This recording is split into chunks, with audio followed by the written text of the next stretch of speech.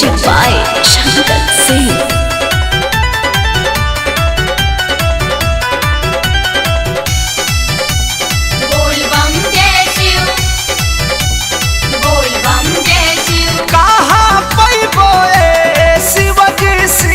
सीला बाटिया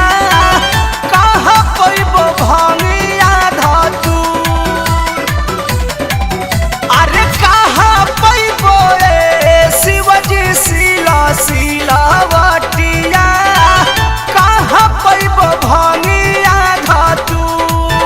अरे जनती जे कहाँ मिली सोने के कटोरावा भांगिया परोसती जारू, अरे कहाँ पैबो शिवजी सीला बाटिया कहाँ पैबो भांगिया धातु, अरे कहाँ पैबो शिवजी सीला बाटिया कहाँ पैबो भांगिया धातु।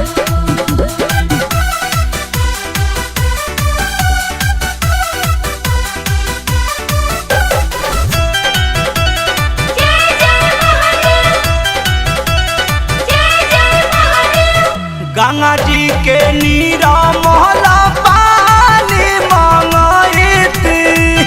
बेल के पतैया संग संग ले आईती,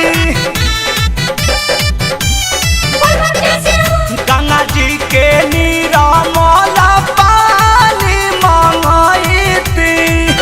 बेल के पतैया संग संग ले आईती,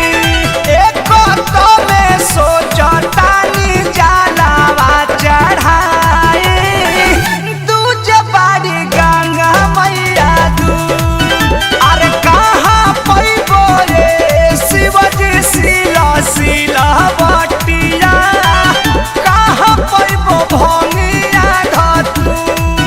अरे कहाँ पैबो शिवजी सीला बाटिया कहाँ पैबो भांगिया धातु।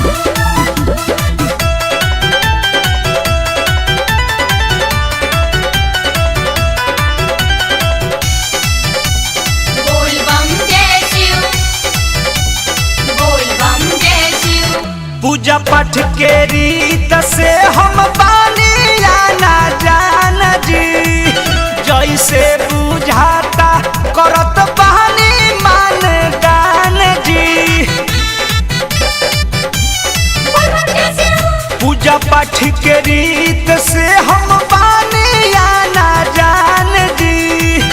जैसे बुझाता करत बानी मान दान जी, माफ करी हानि देश पर मधयापू के गलतिया शंकर के बचैहा तू